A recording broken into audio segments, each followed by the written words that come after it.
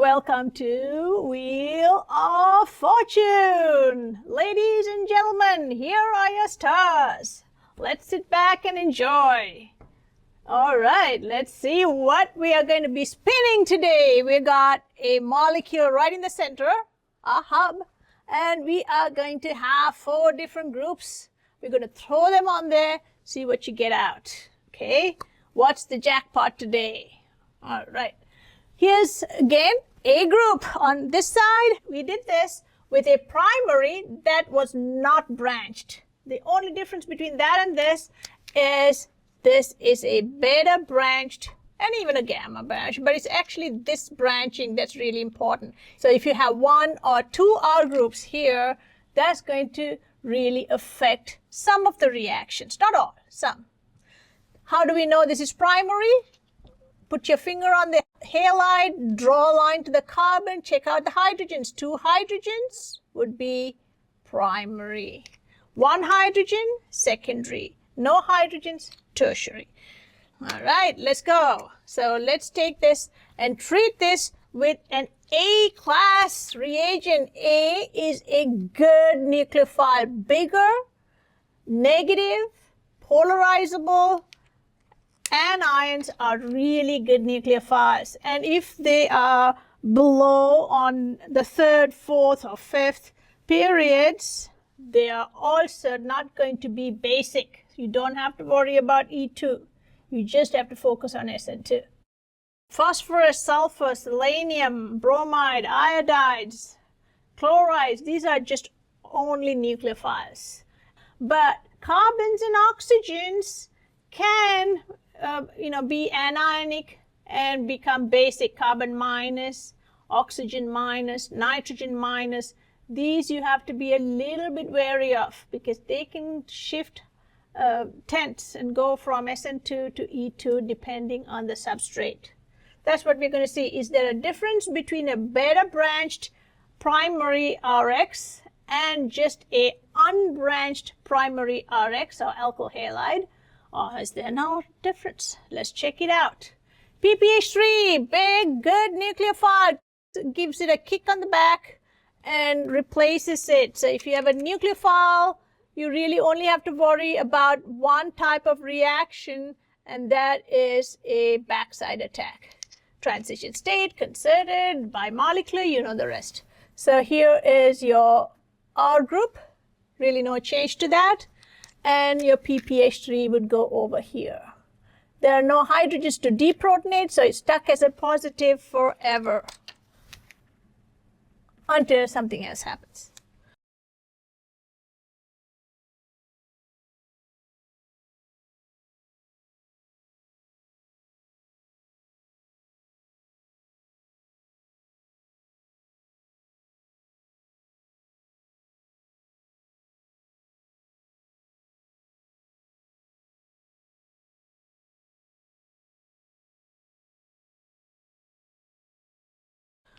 All right, let's look at the other one. Sulfur, again, 3rd period, huge, polarizable nucleophile, does the same thing, and you can just replace the leaving group with the nucleophile, and that's the only thing that would really happen.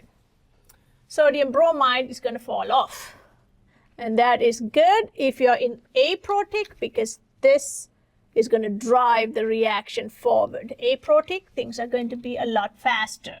That doesn't mean it's not going to happen in protic. It will happen in protic as well. It's just going to be slower. So the speed really depends on your choice of solvent, and sometimes you may not really have too many choices because it depends on the solubility of everything. So solubility also plays a role in this, which is why we choose sometimes protic over maybe some aprotic because of the solubility factor. Because ionic compounds will dissolve a lot better in protic. Here's another one, selenium, really big, nice anion. So same thing, kick in the back to give you SeCH3. In all of them, the sodium or the potassium will go with the leaving group. And if it's aprotic, it's going to precipitate out and drive the reaction forward. It'll be faster, and also the K equilibrium will be towards the product when you use aprotic. So it's a win-win situation for using aprotic as long as the solubility is there. That's key. There's no point putting an aprotic if all your reagents are going to precipitate to the bottom, right? It's got to dissolve first in order to come in contact and react. Here's a cyanide, same thing. It's going to kick in the back and give you a very nice cyano or nitrile over there. Thiocyanide is going to kick in the back and give you a nice SCN. N3, same deal. And since this is primary, you're going to get all nice SN2 reactions. Let's look at what happens in sodium iodide. Iodide is a better nucleophile than bromide, and so it can give you a nice SN2 reaction. Now this reaction can go backward or forwards depending on your solvent, and this is acetone. Acetone would make your sodium bromide kind of insoluble, therefore it's going to make the reaction go forward thermodynamically. And having an aprotic will also kinetically enhance the reaction, make it faster. So it's a win-win situation for putting acetone in here. Sodium nitrite. Sodium nitrite typically is in aqueous solutions, or it could also be in some aprotic like DMF. And that's going to do a backside attack as well. So for most of this, there's really no difference between this and your unbranched primary alkyl halide. So I'm just going to label this beta branched primary alkyl halide. Sodium acetate. Sodium acetate can be slightly basic because it's an oxygen anion. Well, but it's also in conjugation with the acyl group, so it's not a very strong base. The oxygens are spread throughout the carbonyl. If I write NaOAC out here, it is going to be oxygen next to a carbonyl. So the oxygen minus here doesn't have all of its electrons localized. It's delocalized on the other oxygen almost 50% of the time because it's kind of symmetric over here. So therefore, it's really not at all like sodium hydroxide. It's really a dumbed down base, okay? So therefore, this anion is going to do SN2 more than E2.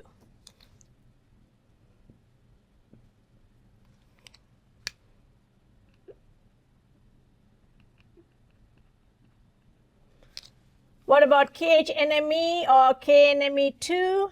Well, over here, a lot of the examples out there have got this also doing more SN2 because nitrogen is a good nucleophile, even though it's a small base. If you recall, we took the acetylide and did a nice SN2 on our primary. Now, this is where you're going to draw the line. These bases that can be nucleophilic, they're really good nucleophiles and good bases. These are now going to react with this differently, like they would react with a secondary almost.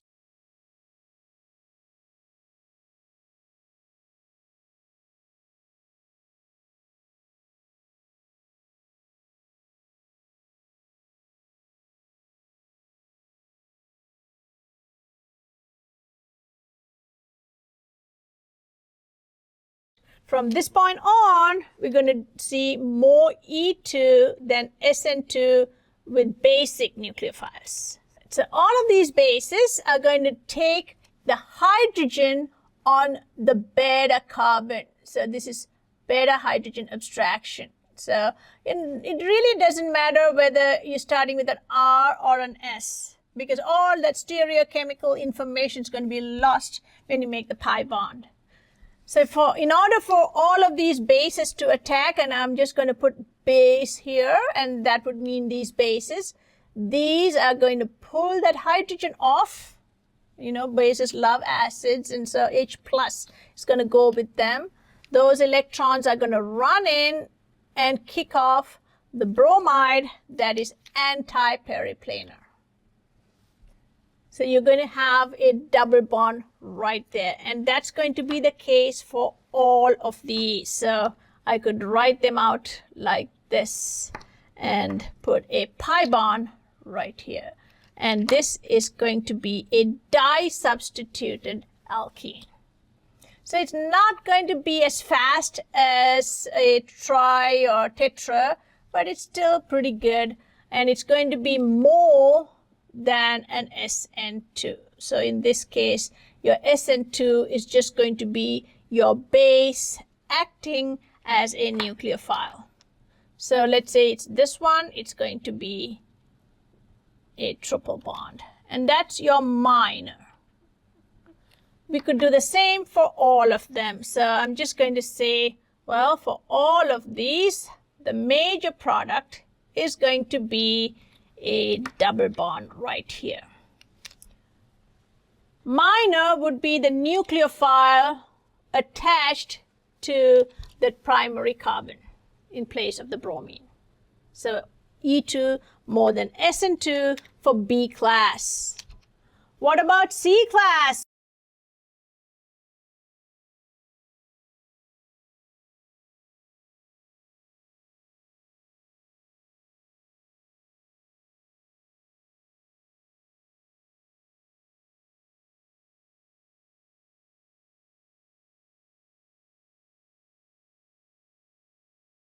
C class are these huge bulky bases. Can they even get in? They can't really, because they're going to get whacked by these and the isopropyl. They can't go anywhere near this.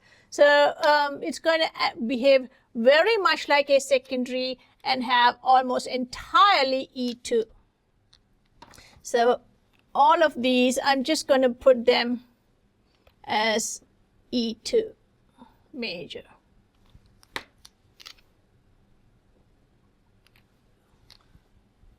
Even with the t-butoxide, you're going to have very minor SN2. So I'm going to put over here with the t-butoxide, you may have some SN2, but it's going to be minor.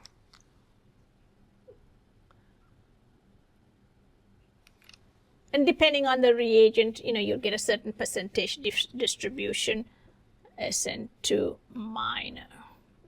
DBU and DBN don't do SN2. Let's look at protic solvents. What about those?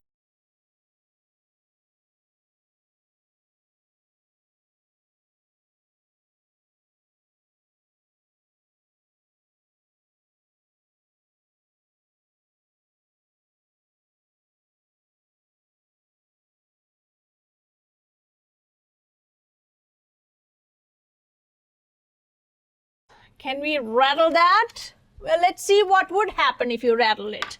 So it's almost like these molecules have some kind of sixth sense, and they know who to rattle and who not to rattle. If there's no beta branching, it really doesn't rattle it. It does an SN2 kind of thing.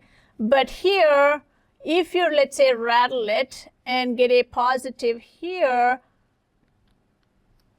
the hydrogen next door can hop on to this carbon. Rolling out its electron sleeping bag, moves houses to the next door. It's a hydride shift.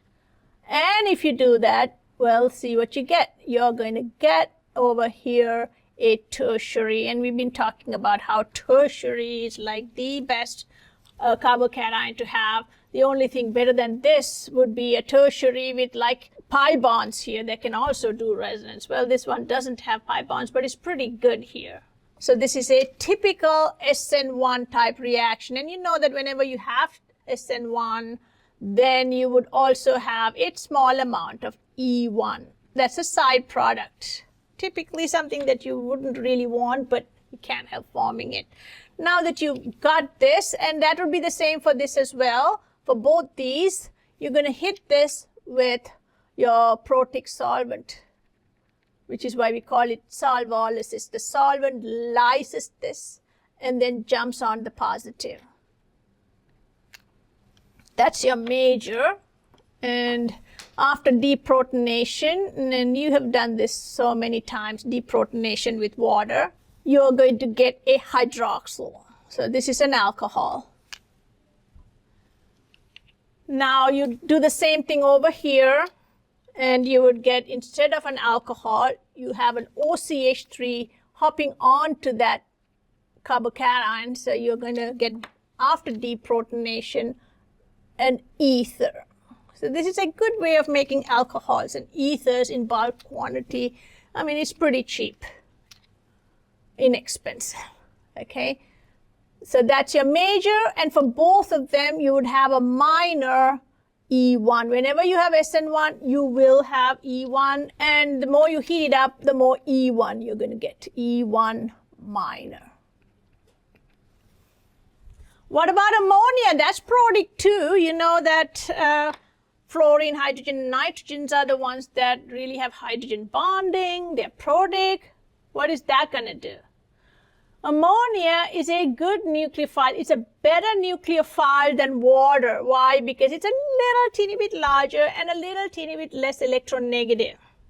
And so the nucleophilicity would trump the basicity here, and that's going to do an SN2. So over here, you're going to do an SN2 and put your ammonium here. Your ammonium then gets deprotonated, and that is going to become a good nucleophile, attack this again, get deprotonated, attack again, get deprotonated, attack again, until all of those hydrogens are deprotonated. And finally, you're going to have this nitrogen holding on to 4 of these, which makes it positive, so you would need a counter ion for that, which is just the bromide. Okay, so tetraalkyl ammonium bromide. So in summary, just want to tell you that if you have a primary, there can be 2 types. One, no branching from the alpha, or branching. If you have no branching, it behaves like a regular primary that we did earlier. If you have branching, some of the reagents would treat this almost as if it's a secondary. With a good nucleophile, it's going to do a nice backside attack because these are not basic. But when you get to the more basic nucleophiles, you kind of switch gears here and you get more E2 than SN2. So you're going to pull out your beta hydrogen and kick out a leaving group. When you get to big, bulky, or very strongly basic bases, then you're only going to do E2. When you get to protic solvents, because you have a branching here, you can also do rearrangements. And these hydride shifts, or if let's say you had 2 methyl groups, methyl shifts would give more substituted carbocations. Those, can linger around in solution for maybe a millisecond more, and that gives it the opportunity to be attacked by the solvent and give you a nice SN1. E1 is typically a side product of SN1. Whenever you have SN1, you have an accompanying E1. Temperature goes up, E1 goes up. And until you do the experiment, it's hard to predict the ratio between these two. Depends on the reagent, reactant, so many things. We can only say that SN1 is a lot more than E1. When you have ammonia, you do SN2, typically. All right, we'll come back and do more of your Wheel of Fortune and see what you get when you have secondary and tertiary. Talk to you soon, guys. Bye.